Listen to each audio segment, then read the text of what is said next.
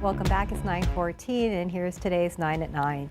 The FAA now freezing its flight reductions at 6% as more air traffic controllers come back to work. The restrictions staying in place even with the government shutdown ending. The FAA says it is still figuring out whether the system can gradually return to normal. And we could see one more interest rate cut from the Fed before this year runs out. 80% of economists in a new Reuters poll think that the Fed will cut interest rates at its next and last meeting of the year. However, Fed Chair Jerome Powell warned after last month's quarter-point cuts that another one is not a foregone conclusion. The Supreme Court is gearing up for oral arguments on two blockbuster controversies in January. One will be a pair of challenges to state bans regarding transgender athletes. Another will be hearing arguments over whether President Donald Trump can fire Federal Reserve Governor Lisa Cook. And this morning, newly released private emails show that Jeffrey Epstein mentioned President Donald Trump, a number of times over a 15-year span. The messages were sent from Epstein to his longtime associate, Ghislaine Maxwell, and author Michael Wolff. The release is just the latest move here in the growing pressure in Congress to disclose even more Epstein-related material. U.S. Mint has now officially ended production of the penny. The last pennies were struck at the Mint in Philadelphia yesterday, where the country's smallest denomination coins have been produced since 1793. Officials said that the final few pennies will be auctioned off. And this morning, high blood pressure in children has nearly doubled over the past 2 decades. Experts say that dietary factors in children, such as consuming high levels of sodium and ultra-processed food, can contribute to their hypertension risk, along with a sedentary lifestyle. Well, you can now use your passport to create a digital ID on your iPhone. So once you add it, you can use your iPhone during the TSA ID check at more than 250 airports nationwide. However, you'll still need the physical passport to go through immigration. All right, today is the day. Listen up, Justin. Today is Starbucks annual Red Cup Day. So if you order from a list of handcrafted holiday beverages, you can get this free limited edition 16-ounce reusable red cup. Steph is excited about this. The offer is available while supplies last at participating U.S. Starbucks locations. Yeah, it's pretty. Well, Target is lowering prices on 3,000 items in an effort to help family budgets this holiday season. So starting this month, prices on certain food, beverage, and essential items at Target will be reduced. Those include price drops on hickory, smoked bone-in hams, apples, pie crust, cold medicine, and more. It's a good time to do that. Yeah, definitely. Any little bit helps us out, especially as we're getting ready for the holidays. And the Red Cup, Justin, excited? Steph dressed up in red just to celebrate. Just to celebrate. Starbucks Red Cup Explain Day. to me the allure of this red cup, because I'm not sure I understand it. It's cute. I got nothing. No, I know. I again, like my husband's like, not another cup, and the house is like full of cups and for every occasion. I got nothing. Some things I don't understand, but that's okay. I don't need to. All right, let's take a look at the headlines here. So warmth. Temperature is going to rise quickly today, and it is going to turn into a warm afternoon. This weekend, hot and humid. We'll see some more clouds. Humidity is still around, so you'll see some of those morning clouds. Maybe they hang around into the afternoon. It's just not going to be as sunny as we've been seeing as of late. And next week, there is some hope for rain. I was just looking at the new data coming in right before I came back on air here, and it's looking a little more promising, I think, for Thursday of next week if things hold, which, you know, there's still it's still subject to change because we're still a ways out. But I'm hopeful. Satellite picture here shows we still have some of those morning low clouds. They drifted into northern Bexar County, but now they're starting to lift back to the north and kind of break apart. We're still overcast in Kerrville, still overcast in Uvalde, although the clearing line's headed in your direction. In Eagle Pass, seeing some cloud cover at this hour too. Rest of the viewing area is generally sunny. 67 at the airport, 64 Helotes, 70 right now Port SA, 65 New Braunfels, 66 in Seguin. Pretty nice for now, but as I said, those temperatures will race upwards. 80 noontime, 82 at 1 o'clock, and we'll top out somewhere around 84 this afternoon with clear skies. Looks good. Another nice day.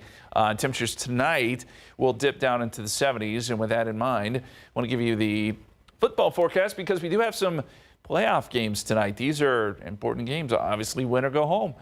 Burning champion, 7-3, takes on Southwest, who is 8-2 at Dragon Stadium, and temperatures in the 70s. I mean, it's not bad. It's just not the November weather we're used to.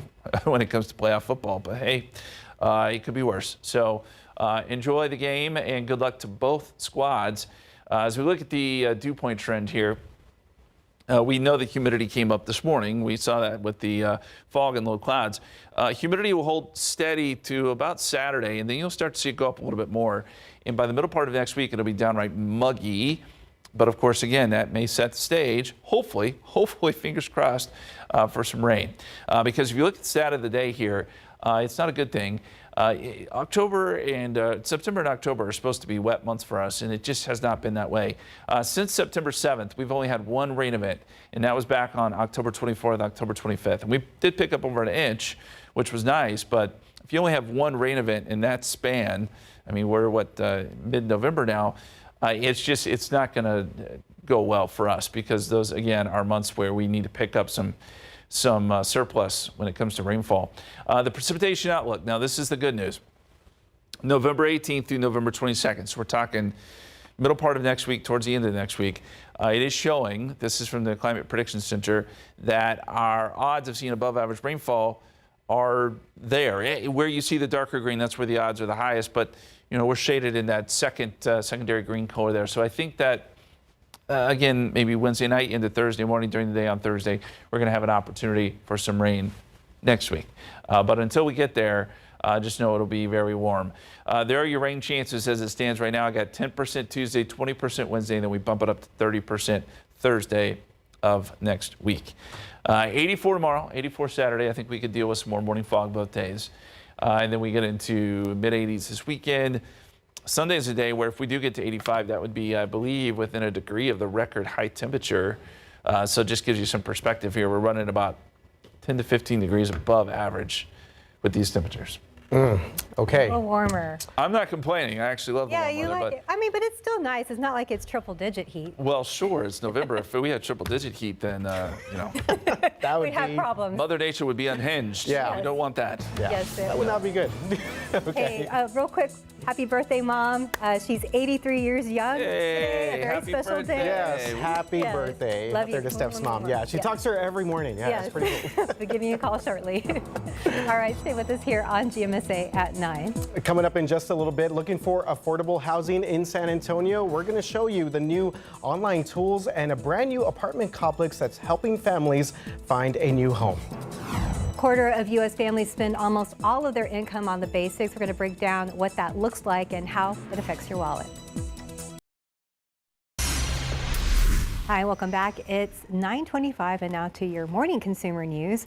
1 in 4 U.S. households is living paycheck to paycheck, and they are struggling to get by. And this is all according to the Bank of America Institute analysis that released this week. Now, the bank's researchers combed through internal data on millions of its consumers. And then they ultimately tracked how much that they spent on necessities like groceries, housing, gas, childcare, and utilities as well. They found that about a quarter of households spend more than 95% of their income on just those necessities, and there is little to nothing left over for anything extra, like going out to dinner or taking a vacation, let alone saving money. And today, if you need to find affordable housing in San Antonio, those resources are now online for anyone to use. Local leaders celebrated the opening of one of the latest affordable housing projects. So it's called Village at the Loop, and it's a brand new apartment complex on the northeast side of town. This project started 5 years ago, but it has been made a priority to provide affordable housing to those who need it. What's important is that we build up growth and prosperity. They go hand in hand, and affordable housing is a necessary part in making sure we have the infrastructure for our community. And that's Bexar County Judge Peter Sakai. So the city's Neighboring and Housing Services Department has resources online for anyone in San Antonio looking to find affordable housing. Well, the time now is 9:26 and we're at 67 degrees for now. There's a lot more ahead on GMSA at 9. And that includes the whooping cough, yes, hitting a 10-year high in the state of Texas. And we have some instances right here in San Antonio. Stay with us to learn what's causing this surge and how you can keep your family safe. Well, welcome back. It's 9:30, and a hearing to determine paternity for a 4-day-old baby boy ends with him being placed into the custody of Child Protective Services. That decision last month from Judge Mary Lou Alvarez occurred before CPS or the district attorney's office was aware of the case.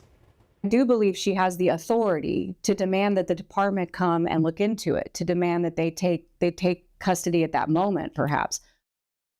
Well, the incident causing a lot of discussion at the Bexar County Courthouse about parental and constitutional rights. That's right. KSAT Investigates Dylan Collier joining us right now on GMSA at 9 o'clock. So Dylan, first question here. Has Judge Alvarez explained why she acted so quickly in this case?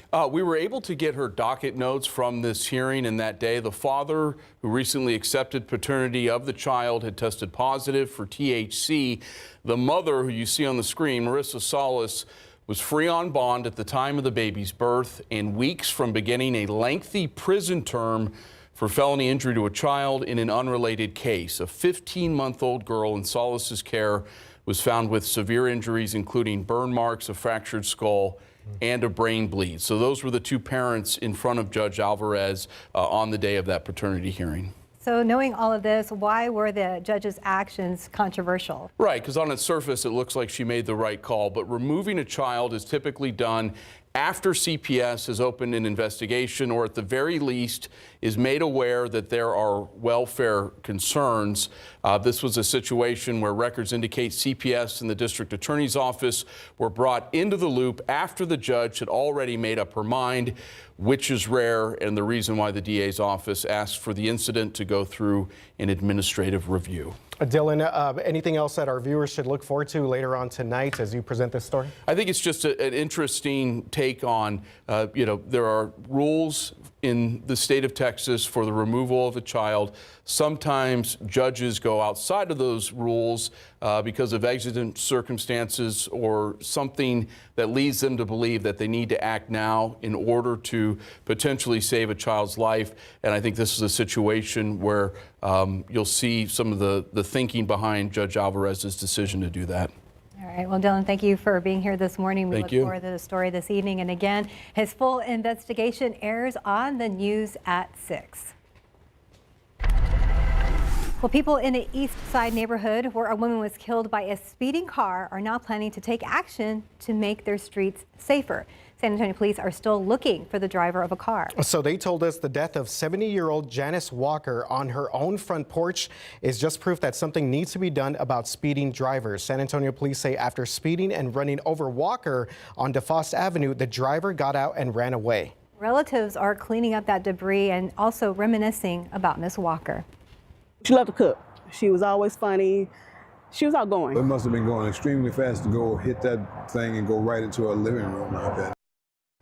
Well, neighbors say that the speeding drivers there have been an ongoing problem, and they plan to call on the city for help with slowing them down with anything from flashing lights to even speed bumps. Well, today, the Texas Rangers are now assisting in the deadly shooting of a social media food influencer by a Medina County Sheriff's deputy. The deputies in Castroville there responded to a mental health call on Houston Street on Saturday, where they found 39-year-old Michael Duarte acting erratically. So he's accused of running at a deputy with a knife and threatening to kill her. So that's when Duarte was shot twice and later pronounced dead at University Hospital. Now, Duarte was a popular creator based out of California with more than 2 million followers on social media. He was in Medina County for a barbecue festival. All right, let's get out there with live cam this morning. 67 degrees, fairly mild compared to that, what was it, Tuesday morning? It was so chilly. cold. It seems like a long time ago now that we had those temperatures in the 30s. Things are much more mild, and we can see that we've got some moisture in place too. You've got some clouds as we look out there with live cam. Let's take a look at the pollen count, which came in a little bit earlier, and I've had a lot of people asking me, are you sure about this? Because I don't feel so well. Well, it may not be allergies because molds are low. And they're only at 210, which is about as low as molds can go, honestly. We'll see where things end up tomorrow, but it's been a pretty good week for allergens. Look at our airport camera, and we can see things along 281 moving nicely. Still some clouds there in the distance, and we'll continue to see some off and on clouds, I think, over the next couple of hours before breaking out into full sun this afternoon. 67 at the airport, 67 in New Braunfels, 68 Converse. And so you can imagine by next hour we will be in the 70s. Hey, real quick update on Lost Maples. If you're planning to head out there, we got these pictures from friends of Lost Maples, And they say the colors have arrived, so it's a good time to go out there. Just make sure you make those reservations. We always say that because it does get busy. This is peak season, obviously, if you want to go check out some of the beautiful colors there in the hill country, guys. All right, Justin, if you're headed out to any of our local parks, things are looking pretty good across our area. 410 Harry Wurzbach, north to northeast side, no major issues there. We are still in the process of clearing out an incident 90 eastbound at 35 for our drivers that are headed into downtown from the south side. But everything there at the airport is looking pretty good if you're about to take a flight as well. So traffic, not too much of an issue as we get to 9:37 in the morning. Yeah, not bad at all. Well, Texas is seeing the highest number of whooping cough cases in a decade, and 3,500 cases reported across the state through October. Some of those are right here in San Antonio. Our Sarah Acosta spoke with an infectious disease specialist about what's behind this increase and how to protect yourself and your family. About 2.5 times what we saw last year. University Health infectious disease specialist Dr. Jason Bowling says for most people, pertussis, also known as whooping cough, is a mild illness and won't end up in the hospital. However, elderly and especially infants are at the highest risk. It can shut down their respiratory system. And when they stop breathing, obviously their oxygen levels can drop. They can have serious outcomes, end up in the hospital, the ICU, and worst case scenarios, even death. Why are we seeing this increase? We do see some periodic variation, ups and downs with whooping cough over the years. But there's also a concerning component that there might be some people that are behind on their vaccines that can protect against pertussis or whooping cough. Here's the vaccine schedule for whooping cough or DTaP according to the CDC. 2 months, 4 months, 6 months, 15 to 18 months, 4 to 6 years old, and then one more at 11 to 12 years old. If you're an adult, you get it every 10 years, especially if you're around infants. And it's really encouraged for pregnant women to get it in their 3rd trimester so they can pass on those antibodies to their baby. The good news is there is a treatment, and you can even get preventative medicine if exposed. I would say that is if you know that you're exposed to somebody, even if you've been vaccinated, you can talk to your provider because you can take antibiotics for post-exposure prophylaxis, which means reducing your risk of getting pertussis. Sarah Acosta, KSAT 12 News. All right, thank you, Sarah. Well, President Donald Trump is endorsing Governor Greg Abbott for re-election.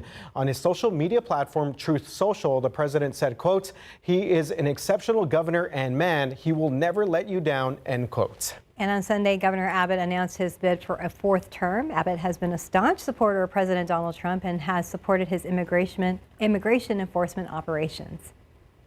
Now, authorities south of San Antonio are keeping a close eye on livestock for the New World screwworm. So that's a flesh-eating parasite that can devastate the cattle industry. It nests in wounds and eats animals alive. Yeah, some scary stuff there. Well, inspectors are checking animals headed north of the border after Mexico reported over 800 cases. The U.S. has already blocked live cattle imports from Mexico twice this summer to stop this spread. So far, no cases have been found in the Rio Grande Valley.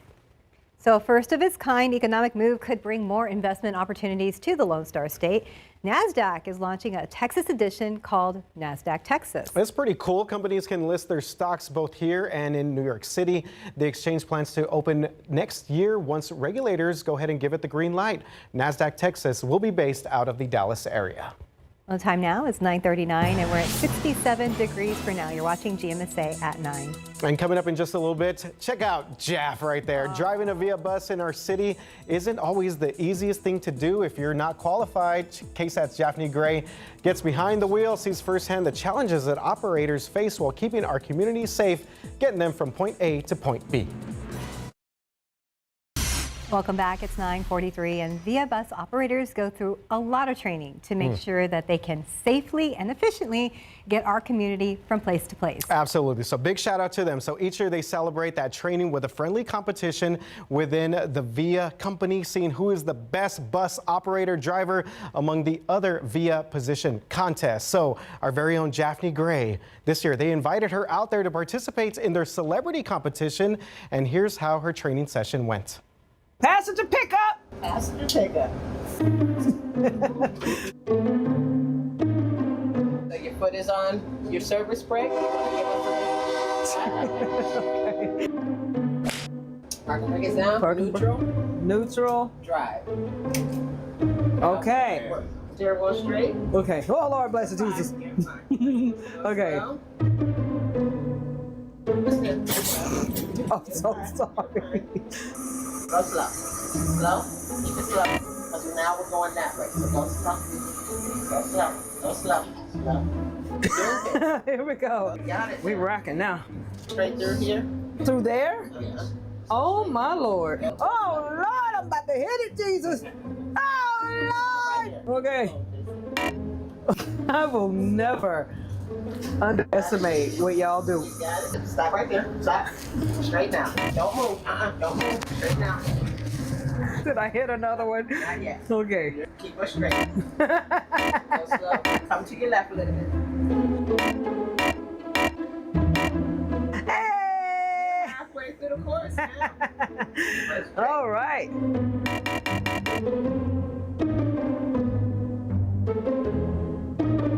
Let's go. Gas, gas, gas, gas, gas, gas. Here we go. Gas, gas, gas.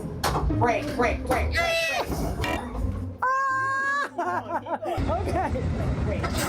There you go. There you go. I didn't. You took instruction very well for this to be your first time. So I would definitely give you a 7. Out of 10? Out of 10. I will take that. 7 is my lucky number. Yeah. Good job, Jeff. So just in case y'all haven't seen, there's another part to this, and this is like the early stages. There's another video out there where Jeff looks like, a professional driver out there. Yeah, so she got in the competition. Boom. Oh, she did great. Let's not overstate it. I would trust her behind the wheel, like on a road trip. It's not bad. A 7. It's a passing grade. You know what I mean? But yeah, it looks like Jeff had a lot of fun out there. She did. So you can catch that other video online, of course, KSAT.com. Those are some big buses. Yeah. Gotta be careful. Yeah. Funny stuff. Good stuff, Jeff. Thank you so much. All right. There you are. Hello. Now we're going to talk weather. And we are going to show you a picture from our KSAT Connect. Last night we did get another piece of energy coming from the sun, right? We were expecting maybe another round of northern lights. Didn't really materialize, and here's why. The poles of the Earth we're pointing in the right direction. All that to say, the timing did not work out. Now, we still had some reports, and I don't know if this picture was from the night before or last night, but there still was some out there. It just was not as good as the previous night. And this was taken up, by the way, in Hondo, so we appreciate the picture. That is beautiful with all the stars. But pretty cool that, for the second time in 2 years now, that we've been able to at least see something down here, and that is a rarity. Let me tell you, the sun has just been so active in its cycle, and it goes through cycles over decades, but it's just been active as of late, and the result is that the northern lights pushed pretty far south. All right, drought monitor came in a little bit earlier, and it pretty much tells us what we already know. It is dry. And this red area here represents extreme drought. Now, it's not exceptional, which is the worst of the worst. We had that earlier, but we're still building in that direction, not where we want to go. And this area out near LaGrange and Hallettsville also starting to expand, and we continue to be one of the hardest hit areas in the state when it comes to this drought. And that has been the case for what feels like years now. We just can't seem to dig out of this. And I feel like I say this every Thursday, but that's the situation we're in. Satellite picture shows that we do have deck of low clouds sitting just north of San Antonio. Now, with the airport cam, we can see some of those clouds looking north, but they are breaking apart and lifting. So I think most of Bexar County is going to clear out here. Folks in Bandera, maybe up towards Kerrville, it'll take a little bit longer, but you will see some sun today too. Let me show you the big picture. And we're going to go out to the west coast. See this big pinwheel here? This was the storm system we originally thought would bring us some rain over the weekend. It is no longer going to do that, but it is going to bring a lot of rain to the west coast of California today, and then this storm system will traverse the country, but it'll be too far north for us to get any benefits from it. It's a system behind that, by the way, late next week or middle part of next week that I think brings us better rain chances, and hopefully, fingers crossed, we can get some rain in here maybe Wednesday and Thursday of next week. Outside, there are those clouds I talked about. Again, really starting to scatter out. 67 degrees at the airport, 68 Converse, 66 Bernie, and we got light winds and still some pretty high humidity, and that's not going anywhere. 80 at noontime, 83 2 o'clock, 84 is going to be your high temperature a little bit later today. And dew points, yes, they are rising. And with dew points in the low 60s, that now puts us in the muggy territory. These numbers are up from what we were looking at earlier, and I don't think these numbers are really going to come down much at all over the next 6 to 7 days. So be prepared for humidity and warmth. Look at the highs. So our average is 72, just to give you some perspective. We're looking at mid-80s all the way into early next week. Brutal. That is not very November-like at all. 84 tomorrow, 84 Saturday, 85 Sunday. Very consistent, just well above average. I do think, again, Wednesday into Thursday of next week is when we can maybe look to a pattern change, a cold front, and maybe, just maybe, some rain chances, which would be fantastic. So stay tuned for that. But know the weekend, if you're heading out to Worst Fest or whatever, looks rain-free and nice, just a little warm. A little warm. Okay, well, not too bad, though. That works out for my daughter's science project. We needed some heat and some sun, so Well, there you go. I love it. Chemistry? Yeah. Nice. Yeah. Can you still wear your lederhosen out to Worst Fest? Well, you can. I'm not going to, but you can, I'm yes. not going to.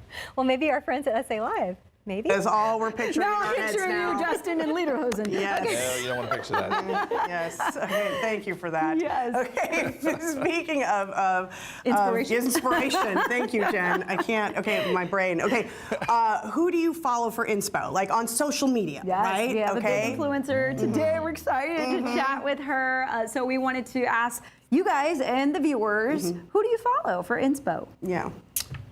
Well, Great question. I know. A lot of other meteorologists. Oh, You know, it's kind of a brain trust, right? We like share a lot of information with others, but there are a bunch of brilliant meteorologists that I follow that, you know, it's good to get information from other folks and share that information with them, what we have here. And I'd say they're inspirational. Okay. I like well, she's my cousin, Roseanne. I like her page because I like to see her outfits, and she's really creative. And like when it's football season, she's all done up in, you know, sequins and like a little crossbody football bag. And, we gotta follow her. Yeah, Roseanne. Roseanne. And then she also has like, you know, Thanksgiving theme, Christmas theme. So she's a lot of fun to follow. Nice, definitely. For me, Manu Ginobili, I don't know. There's something about Manu. I love the way that he lives his life post a Spurs career. He's always involved in different things. So I just love the fact that Manu is just everything San Antonio all the time. And he's a big family guy too, and outdoors, Rex guy as well. Yeah. Yeah, All I the need to love follow from Manu. Yeah. We love Manu. Yes. So Good thanks, ones, guys.